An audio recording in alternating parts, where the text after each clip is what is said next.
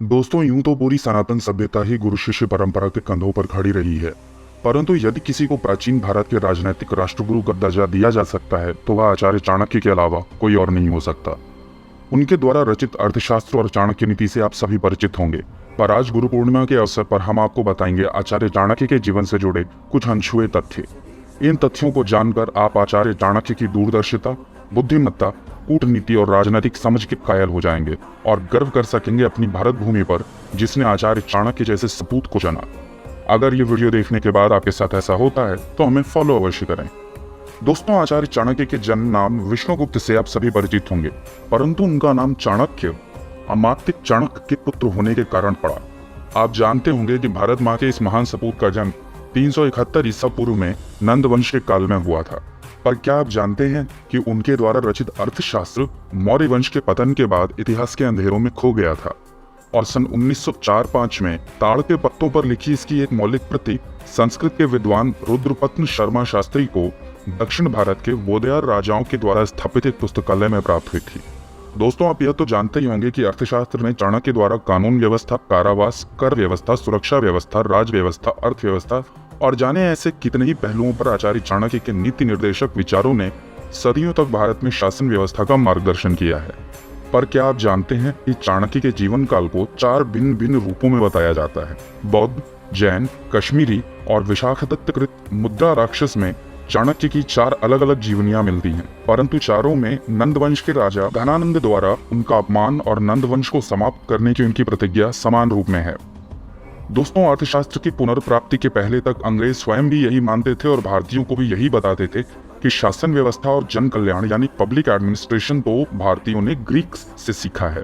और भारत पर शासन करके बर्तानिया सरकार ने पिछड़े हुए बर्बर भारतीयों पर बड़ा उपकार किया है। चाणक्य की बुद्धिमत्ता और ज्ञान से जहां एक तरफ भारतीयों को अपने स्वर्णिम इतिहास पर गर्व हुआ, वहीं बर्तानिया सरकार के खोखले दावों का कच्चा चिट्ठा भी खुल गया था। इतिहासकारों का मानना है कि चाणक्य समुद्र शास्त्र की ज्योतिष विद्या, हस्तरेखा विज्ञान, मुखमंडल विज्ञान इत्यादि में इतने पारंगत थे कि किसी को सिर्फ देखने भर से उसके बारे में सब कुछ जान लिया करते थे।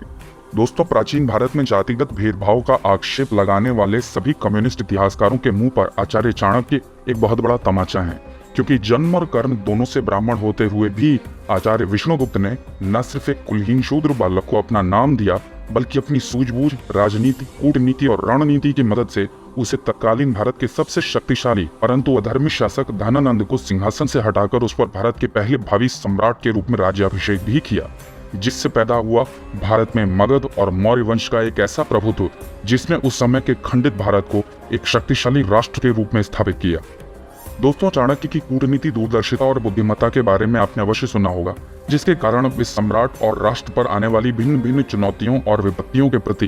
पहले से ही सतर्क रहते थे और हर ऐसी विपत्ति का सामना करने के लिए उनके पास दर्जनों उपाय सदा तैयार रहते थे। इसी कारण कुछ इतिहासकारों का ऐसा मानना है कि उन्होंने चंद्रगुप्त मौर्य को बचपन से ही थोड़ा थोड़ा सर्प विष उनके आहार में मिलाकर देना प्रारंभ कर दिया था, ताकि भारत के भावी सम्राट के सभी विरोधियों द्वारा किसी भी प्रकार का विषैला प्रहार कोई प्रभाव न डाल सके। इसके साथ ही भारत के राष्ट्रद्रोही और विभाजनकारी प्रतिद्वंदी राजाओं से निपटने के लिए आचार्य चाणक्य ने विष कन्याओं की भी एक सेना हनी ट्रैप करने के लिए खड़ी कर रखी थी, ताकि सही समय आने पर ग्रीक आक्रांताओं से लड़ने के लिए अखंड भारत का निर्माण हो सके, जो मौर्य वंश के पतन के बाद से आज तक न हो पाया है।